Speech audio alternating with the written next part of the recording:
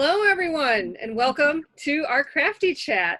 Nancy and Lucy are here, and it is now episode number 13, which is very exciting.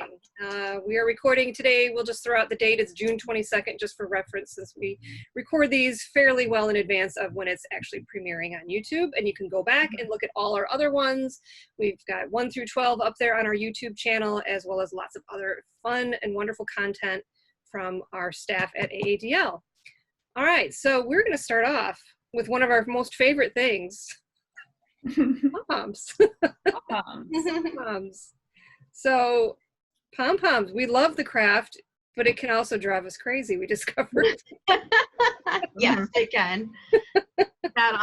So we talked a couple episodes ago about the Neon Tea Party website doing a workshop on a Saturday a couple weeks ago, doing specialized pom-poms, so like patterned pom-poms, and we all attended, and I finally got my yarn that I ordered in all of my bright neon insane colors. There's 6 more of them, but I don't have enough hands for that. So I did pom-poms out of that, and I did the one that I was most excited about was the patterned pom-pom. Now this is supposed to look like leopard spots. I was going for a Lisa Frank thing, like black spots and then tie-dye, and I think it turned out really well. And then the only other one I did was the variegated pom-poms with like all different colors. And then I did a really, really tiny one because I bought really tiny pom-pom makers.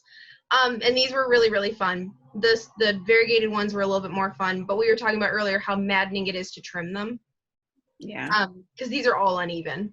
Like I'm seeing spots, and I want to grab a pair of scissors and start trimming them here. It's also it gets everywhere. This yarn is Omega Krill. I'm just finding this stuff gets everywhere. Oh, really? Okay. Yeah. Oh, yeah. It sticks to everything, and it's really hard to get off. I need to take like a lint roller and just. Yeah. Are you using a trimming tray? I am. Yeah. Yeah. Okay. Yeah. And it's still, I mean, it's a bowl. It's like a shallow bowl. But it's better than the high-sided bowl that I was trying to use, because that was just, it was going everywhere and it was harder to catch. But yeah, it just feels like a metal pan. Yeah. Yeah, that's what I use. Yeah. But it fills up so quickly because this, like, yeah, see, I look at this, I see all the things I have to trim. I think these are 2 inches. Oh, good though. And I was doing it on the Lumi, so it's like, comes off of there. You're trimming off, I use the 2-inch guide. Yeah. You're trimming off like that much, and just piles up everywhere, and it puffs. I was using the Clover pom-pom makers. Sorry, that's really blown out. Yeah. And these ones I think give me a little bit better size control, but I still trimmed them a lot. So like the ones that say that they're supposed to be 1 inch really come out to more like 3/4 of an inch after I'm done trimming. So yeah, I do find the trimming guides help. I was gonna work on those. Yeah. Yeah. I mean, and even like if you don't have a trimming guide, I think if you can like kind of squish it and look down on it like that, so you. Yeah. But I'm gonna have to try that. Yeah. Squish and look down. Squish and look down. So my plan for my pom-poms was, I'm working on a garland, but this is what I have so far. So pretty. In about 6 months. Yeah, I was going to say, just let it be something that you take time with and you just do. It's like, we can probably talk about it more later when we get into the daily challenges, but it's like, yeah, you can't force it. There's going to be days when you're just like, the pom-pom trimming is just going to be magical and what you need to be doing, and then other days. The thing that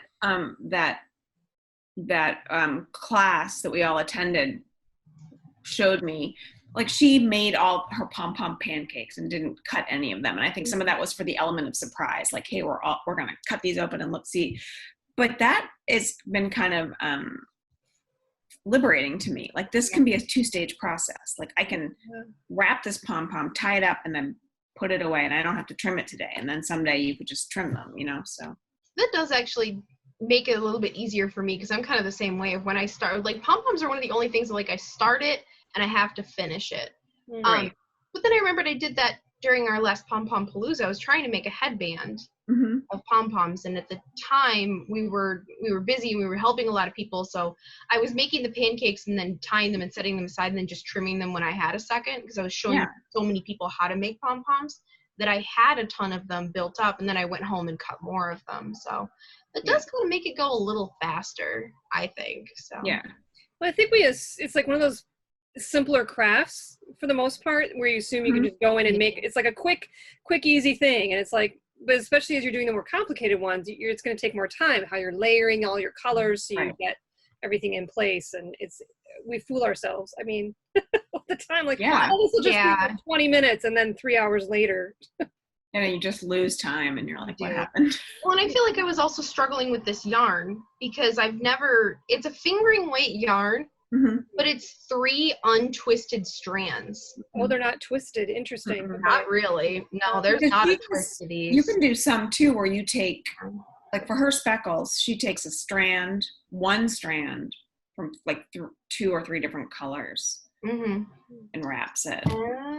But I don't know how you do that without either cutting it all off first, or I don't know. I don't know how you would do that without completely making a mess of the entire ball. Yeah, I don't know. I'm really particular about yarn cakes and how the yarn comes out of the middle of them. Like if they don't get wound right, and you end up getting a knot, and when you're trying to pull it out of the center of a ball and it all just like pops out. Yeah, it made my brother laugh really hard at one point, because I was working on a scarf for him, and I was pulling the yarn out of the ball, and I felt a knot, and I knew that it was just gonna like explode out of the center of the skein, and I was like, Chris, look. He just died. I don't know why he thought it was so funny, but it was just those goofy, like, silly things you do with your siblings. But that's, it's interesting too. It's like, we know you have the skill and technique, but then like you get a new element in there, like a new yarn or something that's unfamiliar, and how it just becomes like that whole beginner's challenge again. It does. Yeah. It's like you're relearning everything over again, because it all behaves differently. Like I know how a worsted weight yarn is going to work up in a pom-pom, and I know how much I'm going to have to trim off of it. But like this fingering weight I've never done before. And then with the bulky weight stuff, because I've done yarn pom-poms with bulky weight before, this one I didn't trim. I've got one up there that I did trim. You have to trim off like almost half of what's here in this bulky weight to get it to be as poofy as you want it to be. So it's like, I'm doing this all, and I feel like I'm wasting yarn. That's what makes me panic, of like, I'm wasting yarn on pom-poms that don't turn out right. And that drives me crazy, because I'm a bit of an efficiency freak of like. Well, it is with a pom-pom. It's not like you knit something and you can frog it, Yes. You actually trimmed it, and now you have just a ton of little tiny pieces of yarn. So you're stuck. You can't. Well, it's the worst if it falls apart too. Like you didn't tie it as well as you thought. Like that's happened to me a couple times. I'm just like, especially one of those bigger ones. I'm just like, well, I guess if I was rug hooking, I've got a bunch of. Yeah, we should create some sort of craft, like take a sticky piece of paper and then just like make a fuzzy yarn collage. Well, that would be kind of neat though. And then you could just put it behind glass and just like, why not? Ooh, or mix it in with resin. Oh. Yeah. Do like a resin, I don't know. I've wanted to get into resin crafting for a long time. Every time I see it, I think of you, and I'm like, I'm waiting for you to Should I save my pom-pom trimmings for you, Nancy? Sure. Yeah. I've got space now. I have all this storage space. Yeah. No, because, that was one of the things I thought about. There's a YouTuber that I watch. She's a historical recreationist sewer. Her name is Bernadette Banner, and she keeps all of her scraps and calls them cabbage. And one of the things that she does is she shreds manually with a pair of scissors all the cabbage into these tiny, tiny little pieces and uses it for stuffing. Oh, that's smart. Which I was like, that's smart. That's so smart. And I love that. I don't have a place to put all of that. So Yeah. I feel like yarn trimmings can squish down a little bit more. But I loved watching her because she did that at one point on a live stream, and she was like, I'm just going to sit here and cut up all this fabric and talk to you guys, and you can watch me cut this up. I was like, I'm fascinated. I don't know why, but I'm fascinated. It was very cool. You know, that makes me just think of a kind of non sequitur in a way, but I was watching a video about how to make a journal out of tea bags, which is really cute. Like, just you empty the tea bag, and then she's like using that to make pages. It's just this charming little craft, like altered book kind of craft. But so she's like saving the tea, and at one point, I think I was kind of skipping ahead in the video, and she just all of a sudden like is, stop, take a moment, breathe, and like she makes a pot of tea and like pours the tea, and it's just like, you know, wafting it and like just being like, you need to like step back from your craft and have a cup of tea. And I was in the video. I'm like, that's great. I love it. That's really cool. I need to do that. I like that. There's a little bit of zen to that. It's so easy for me to forget how calming crafting is for me. Like if I'm frustrated and, you know, working on a problem of like, I'm going to beat it to death in my head. I have to, and a lot of times I'll walk to like take a step away and take a breath way later than what I should have. Right. So that, you know, but that, you know, kind of segues into our thing of like, what are some crafts that you want to love but drive you crazy and you can't? So pom-poms counts. Yeah. Like, Right. But yeah, no, another one for me is GIMP cords. So these plastic lacing cords that it's really hard to see, but this is a square braid. These ones, they're usually like 2x2. I learned how to do the thicker ones later in life. I did these constantly when I was a kid. Yeah, when I was a kid, like preteen age, and now I can't stand it. I want to love it so much, but it's so maddening to me how long it takes. That's one of the things, yeah. And same with friendship bracelets is the amount of like it takes so long. And I don't remember that from when I did them when I was little, which just means time is totally a different concept when you're young. You know, you're like, you're faced with a summer day and you're like, all right, I can sit here and spend the whole day making this friendship bracelet because it does. Now we're just, our time is more like so much more of a commodity for us, you know? So it's like, wait, I'm going to spend hours making this plastic. What are you going to use it for? You know? Exactly. And I felt the same way about cross stitch for a long time. Is my time is so precious in a way that it just, I couldn't sit down and do that without seeing any solid progress. Right. And that was really frustrating. But I felt the same way of trying to do friendship bracelets and GIMP and macrame even. It's just so difficult for me to see a finished product, and I don't, if I'm gonna get lost doing crafting, I want to get lost sewing or knitting. Like that's what I want to like have suck up my time. Well, and macrame is challenging, just like even like if you're weaving, it's like, where do you store it? Like in between weaving, that's probably something like every time I do it, I'm like, oh, this is fabulous. I love it. I have so many ideas. I'm going to keep going. And then like, I did like a video for cardboard loom weaving and I was all about it. And I've not gone near it again. And I had other videos planned and I'm just like, nah, I'm not interested. But you know, also like embroidery work is like that for me. Like I love it. I love planning it out. I get really excited and I don't want to plan too much because I just like to see how the colors are going to develop. And like, I started my sweatshirt and I have not gotten back to it because I just get like, you do a little bit and you're like, wow, this is really fun. And I love the process. Like I love the action of it. But then I look down and I'm like, God, I hardly did anything. Yeah. It was all this. It was like this one other section. And I'm like, I want to jump to this part, but I got to wait until I see how the colors play out here. And it's just like, then I just get overwhelmed and I have to just go away. Yeah, I think that's part of my hesitancy in picking up embroidery because I remember that same feeling from needlepoint. And there you even have it like painted out for you. So you have an idea of what it's going to look like. But yeah, the embroidery thing, it's like I want to do it, but I also want to have the finished embroidery. And there's like so many cool stitches, like which stitch do I want to use where? Yeah. All those decisions. I can fly through embroidery. That's the big difference for me is that because a lot of the embroidery I do, I'm only really using 2 or 3 stitches and they're stitches that I can do very quickly. And then I spend a lot of time beforehand planning out every single detail of which colors are going to go where, how this is going to work. I test the stitches beforehand. See, So again, she planned. I do all of that in advance so that I know that once I get the pattern transferred, and pattern transfer is something that I will never enjoy. Oh God, no. I hate that. That's like the one part of embroidery that drives me the craziest is pattern transfer and pattern tracing. I can't think of a good way to really do that. I do a lot of them in batches. One of the things that I started doing was I have it right here actually, getting water soluble stabilizer. And it comes in two kinds. It comes in like a clear kind, and then it comes in a fabric kind. And then tracing my patterns onto the stabilizer with like this is just a Sharpie or a marker of some kind, doing 2 or 3 of those at a time. And then these never go away. So you can hoop it up with your fabric, and it will, you can sew over top of it then and then wash it, and the water washes it away, which is really nice.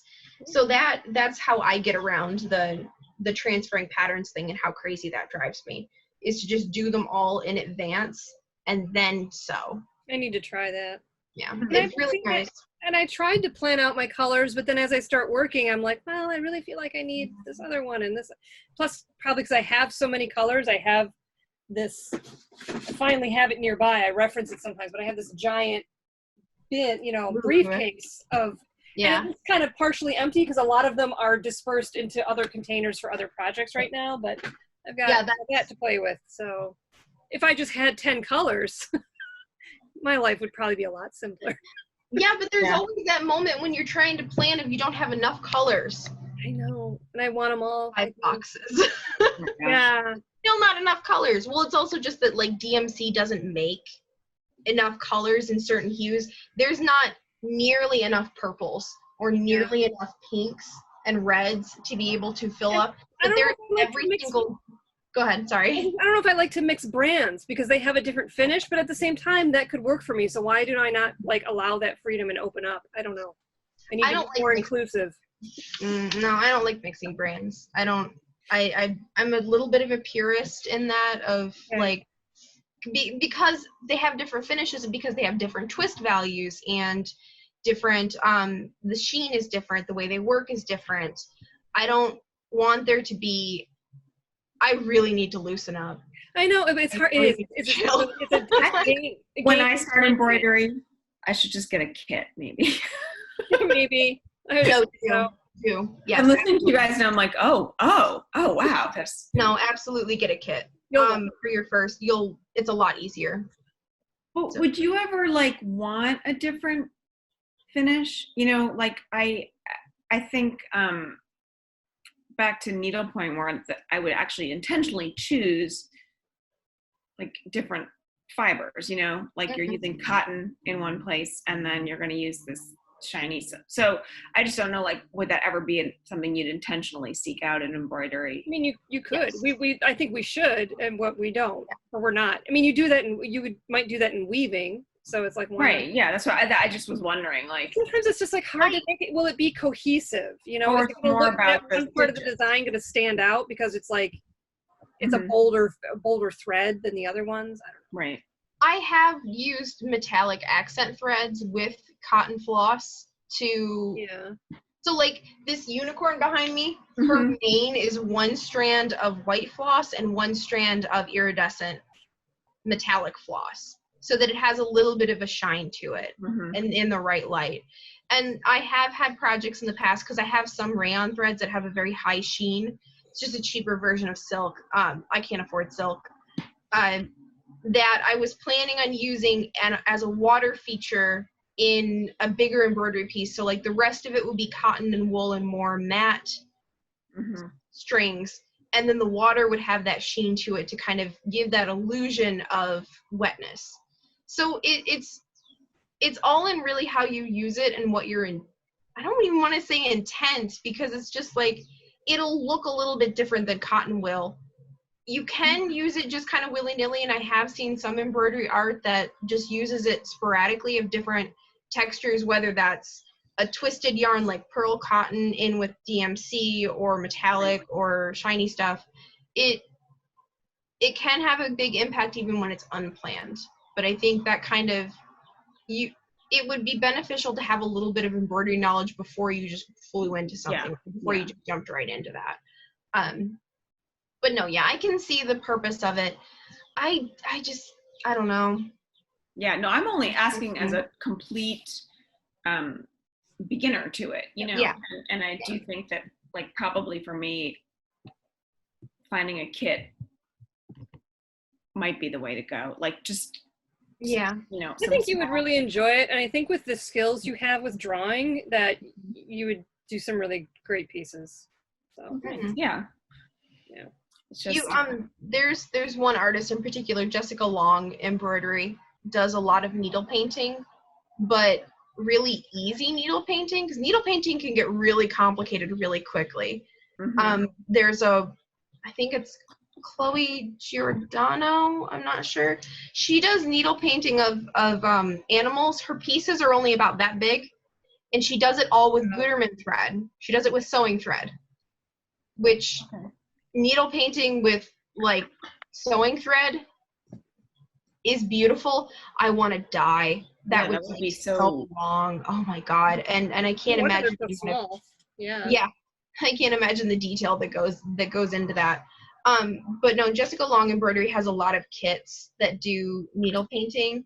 She has these little kits. They're pendants, and it's a hedgehog with a little bundle of flowers in its hands. Oh my god. It's the cutest thing. awesome. They're adorable. I like the idea of a pendant too. I wanted to do a after I did that little Bargello, I was like, oh, maybe I should do a little Bargello. You should. Pendant. Yeah, that would be great. Definitely. I'm impressed that you retain all these people's names. But I also remember their names because I see them on my Instagram feed. Right, if you follow them. I follow them closely. And then Chloe Giordano specifically, you know what? I want to make sure that I'm getting her name right. In 1 second. Yep, Giordano. Okay, I am right. I wanted to make sure that I wasn't butchering her name or had the wrong name entirely. She sticks out in my memory because her work is so distinctive. And it's so realistic and so detailed that just really stuck in my head as an artist, because I really admire her work and it's beautiful. It's intimidating a little bit, but that's coming from a fellow embroiderer. I think it's intimidating. It's curious. In a good way. Yeah. I'd almost, I mean, because I use that kind of thread for my paper embroidery, though I can only get so intricate because otherwise the paper's going to fall apart. Yeah. So I'm like, I could see that, but I haven't thought, I hadn't thought about trying it on fabric. Like, I didn't know if it would stand out. I don't know. I got to go check out her stuff. So you're going to have to send me that link. I will. She published a book of her artwork, an embroidery book, that we have in the library. So we have that in our collection. Okay. It's a gorgeous book. God, it's beautiful. The other artist that does really fine detailed work like that and is more multimedia is Katie Toomey. She lives in the UK. She's known as Mother Eagle Arts online, and her artwork is amazing. She does more stump work type stuff in embroidery, but it's highly detailed. Does not look like embroidery. Looks entirely like something different. But yeah, no, those are a couple of my favorites recently. Books that I like. It for some reason just made me think too, like beading, like embroidery with beading and stuff like that. You know, it looks cool. It's like kind of fun to do in a way, especially just because the effect of it. But yeah, it's not something I don't know. They haven't allowed the time for space. Yeah. I tried to teach it.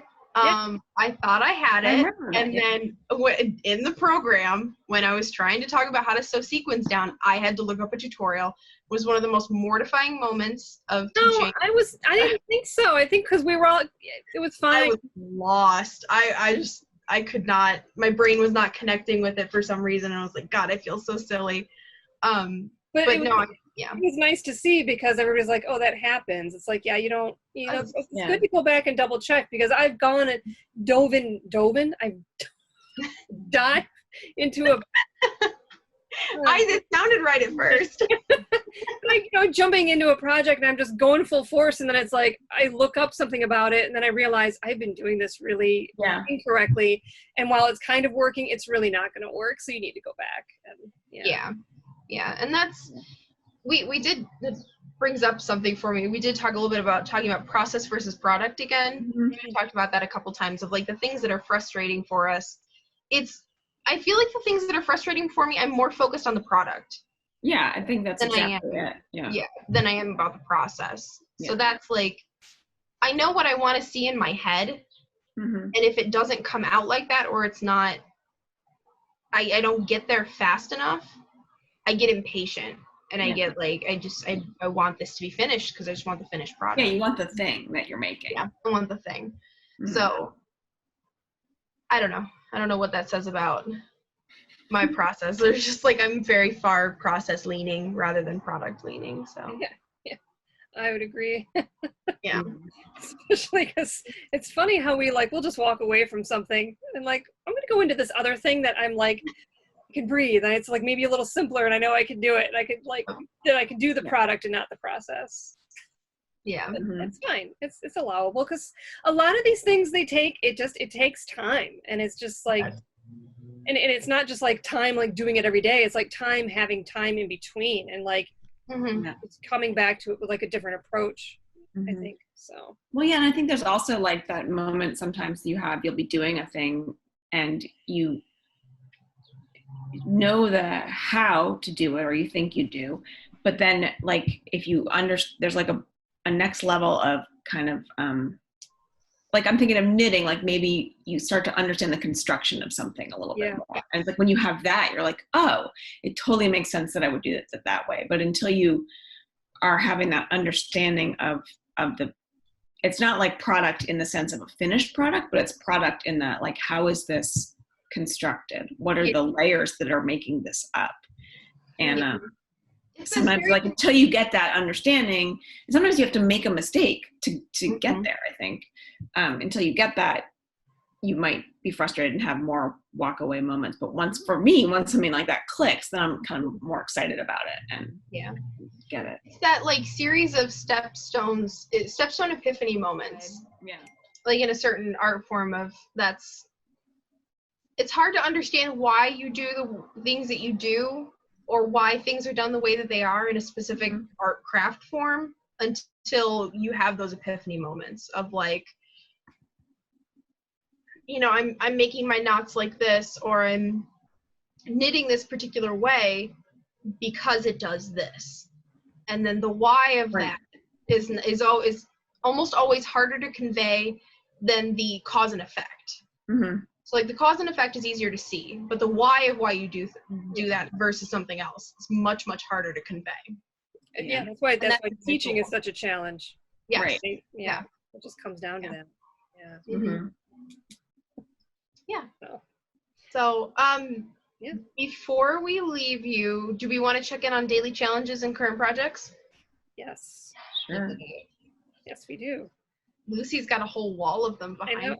Yeah, that is my 31, my Inktober, because it was supposed to be October, but 31 days of painting and drawing with ink. And I actually did it in less than 31 days because I would do more than one, and a lot of that was drying time, which is like a challenge, which is part of the challenge that is something to think about when you're doing any of these. Like, I don't, that you're watching this 5-minute video, but she's like, all right, put your ink down. Okay, now when it's dry, you're going to go back with a micron pen, and you're like, oh, wait, okay. So that's why I doubled up to sort of let them dry. But I want to keep going. I want to keep doing it, definitely. It's nice to. Did you watch the whole thing at once, or how much in advance? How many episodes in advance would you watch, or I don't know. I would just do them that day. I would turn it on, but I would go back. They're short. I would pause them, go back. Okay. Definitely pause them to make sure that I was not gonna just put down this ink in a totally different way than she was. And it was funny doing it like that. I felt like I really had to follow instructions. I wasn't so, you know, like I had to remind myself that I am creative and I know like I can take this off in my own direction. But in a lot of those instances, I was like, wait, do I know how to draw a bird? I don't know, you know. So I'm laughing because I do that to myself constantly. Yeah. Wait a minute, I am actually creative and can do this.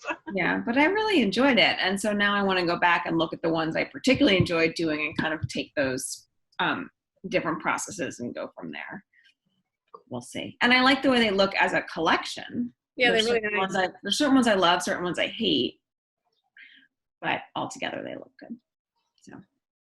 Yeah. Ta-da. It's got a big impact. I like it a lot. It's really cool. I love all the samples and all the techniques that you can like look back at and figure out what you want to do. Yeah. It's one of the only situations I can foresee myself doing a stitch book. So like an embroidery sampler that's like a book. So each page has a different stitch and you do like just doodle with that stitch over a certain page. Because I can foresee that being like, I love the finished product. Some of those stitches are going to be worse than others. I'm not going to much. That would be really cool though. And that's the one way to practice those stitches too. To play with them when you're not actually working on a product so that you don't have to be process when you're on product. See, if I would commit to that, I feel like planning embroidery would go a little bit faster. But there is that voice of like product based in my head of like, I want to finish this particular project. Like I want to embroider several other fantasy series maps more than the one that I have, or like I have a whole box of embroidery stuff that I was going to turn into wall hangings to sell online. So it's just, that. But you think about it, a stitch book, you could just make it really just small, you know, and just be able to be like, okay, I'm going to spend 10 minutes a day. And even if you don't fill the whole page with that stitch, just do that stitch for as long as it is, and then you've done it. And that's actually a thing I'm seeing more and more lately is folks will take a 12-inch embroidery hoop, put a piece of fabric in it, and do one tiny little motif a day. Yeah. And then fill up that covered. And that's really cool. That's really cool. Because then it's kind of like a scrapbook. Well, yeah. Here in a way. And that I really to have as a reference then. When you are working on a project, you can be like, oh yeah, that's how that stitch kind of played out, or I don't know. Yeah.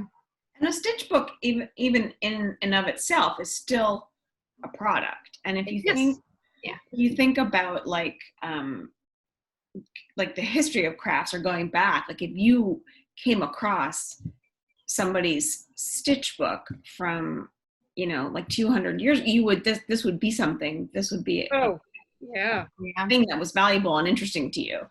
So that's why a lot of embroidery samplers are so valuable. There's a historical house in Ipsy that has a framed embroidery sample from a little girl in the mid 1800s, I think. Yeah. I remember this. I mean, it's falling apart, but it's so cool. Yeah. Like, or seeing ones that say like, Elizabeth did this and she hated every moment of it. I've seen several of those online. Those give me so much joy. Like, awesome. Even as somebody who loves embroidery and doesn't understand how you could hate it, I do understand how you can hate it, especially when you're small. Like, or someone's making you do it. And so like, that's this is your way of being slightly subversive. You're like, I'll do your embroidery. But here's my message. I love it. Okay. How about you, Heidi? How's the altered book going? It's going. I mean, it's not done, but I'm going to be wrapping up my video for it anyway. And I did realize, because I had all this pressure that like, oh, I got to finish this video. Like there's this deadline. And then I looked at, when I started it, it was May 28th. I was like, I still technically have a lot more time. I don't know why I'm pushing myself to get this program out there. But I think I also am now starting to feel like I want to move on from doing it. So, I mean, it's been cool. Like, it's actually totally falling apart now. Oh no, you can always glue it back together. I was going to, and I kind of tried to, and then I was like, you know what? It is what it is. It's just this wild, like, funky book, and I'm going to keep working in it. I enjoyed it. I've always wanted to do an altered book, or I just like doing that kind of like, you know, artist trading cards, like those altered layering things. That was a program I was going to have. Yeah. In the library, this, you know. Well, that's right. I was going to help you with that. Yeah, I think it was a really great program to introduce a lot of techniques. It was a lot of techniques, a lot of things that I wasn't going to use because I don't have all those materials. But it was fun because I did a bunch of DIY, like I did the DIY gesso. That didn't really work great. I didn't want to buy ink pads, so one day I figured out how I'm going to make my own ink pad, which was using ink. Using dye and glycerin. It worked. Oh wow! And a piece of, so you have to watch the video, find out more about how that worked. Yeah. But because you can also use acrylic paints and all that. I don't know. There's a lot of versatility in how to use all those materials too. So it's just like every day it was like, oh, what do I want to do? How do I want to do it? And I found like I kept going back to pages that I had started working on because it is that layering process, and like you got to wait for things to dry and different, That was one of the things I found online a while ago that I was going to go back and do was DIY alcohol inks. I found a journal maker that dyes the pages of her hand-sewn journals with alcohol ink, and the color washes are really pretty, and it doesn't warp the paper a lot because the alcohol dries so quickly. So that was the thing that kind of drew me in, of like, I don't want to warp the paper too much, but I want to lay down all this color and have it be more like a watercolor. So that was one thing that I thought about getting into, is DIY alcohol inks. Yeah, it was just so much media. And I guess maybe you could approach a book and be like, well, I'm only going to use this media to do the book or whatever. I would totally do this again. And plus it was also like, it's like the Dalai Lama. So it was kind of intense in that way, but also it was really fitting because it was soothing to go in and be reading about, being enlightened, focusing your mind, concentrate on your breath, or just different things to like also be a good human and like approach and care for others. And it was just so timely with everything, which, by the way, this will have, maybe it was the episode before actually, I think has our new intro with all our new work and stuff. So that exciting. You have to watch for that. We have a new intro because it's like a new season. I mean, I guess it is. It's summer. It's summer, right? So I guess maybe every 3 months I'll try and update our intro. But and the other thing I was working on, I finally started working on photo embroidery. Well, I've been dabbling in it a little bit because oh my god, let me see how close. It's so much detail. Oh, that's cool. I took this on North Campus, and I just keep adding to it. Like I still want to do something on like that other square, but. Heidi, that's so cool. That's so fun. But then I look at other people's and it's like, oh, they just went really simple and like just put a pattern in the sky and it like looks amazing. I'm like, why don't you just do that? But no, I like that. I'm designing a mandala embroidery as if I didn't need to do this already. No, it's gonna be on black fabric with neon embroidery floss, and it's a mandala that I want to do it like string art. So I want the shapes to be filled with string art instead of like with normal embroidery stitches. I saw an artist at Art Prize in Grand Rapids 3 years ago that did this on a large scale as string art with like fluorescent thread on a black background and then shine a black light on it, and it was so cool. And that's the image that stuck in my head of like, this is something that I want to do, because his was also 3-dimensional. Mine will be 2-dimensional, but yeah, it was so cool. So I think it's pretty. But the stuff I've been working on, so I'm still working on Find Your Fade. Ooh, getting bigger. God, you made some progress. Look at that. I just finished the second lace section, so I'm going into another garter section, and I'm very close to joining in my third color. Wow. And then I'm still working on my companion cube cross stitch for all my geeky watchers out there from Portal, the video game. And then I actually ordered some yarn in the beginning of May for a kit that's called the Ocean Pathways Cowl. The designer's called Aroha Knits. She is a Maori American Japanese designer who lives in Japan. That's the cowl. Oh my god. So it's black, pink, and blue and purple. And the yarn came, the little balls for the color work, and then the black for the base of the shawl. And I'm just casting on. I started last night because I want to try the color work before I dive into a sweater. And this seemed like is that knit in the round, or do you? Okay, and then you'll do the Kitchener when you get to the. There's two options for the cowl. So you can do the tubular. Right. The tubular cowl that you do Kitchener stitch at the end, and it's just a big tube that you wrap around your neck, or a traditional cowl that's just a straight in the round tube that you just slide over your head. I'm doing just the standard cowl. Okay. I don't generally like tubular scarves. They're a little too hot for me. So that I'm just doing the regular one. So I'm casting that one on. And then that's, other than pom-poms, that's pretty much all I've been working on. I did some staining of the wood burning projects that I was working on a couple weeks ago, but those are too big for me to try to hold up and like show you guys on camera. So I'll post some pictures of those. I need to go buy more sealant. I ran out of spray sealer, so I have to go buy more. That's it for me. That's pretty awesome. Yeah. Yeah. Okay, well, I think that's all we had to talk about. Thank you guys for joining us again for Crafty Chat episode 13. We will be back next week with episode 14. Please feel free to like the video or subscribe to the channel. Take a look at all the other videos that we have that Heidi talked about earlier in our intro. Have a great day. Stay safe, and don't forget to love each other. Bye, guys.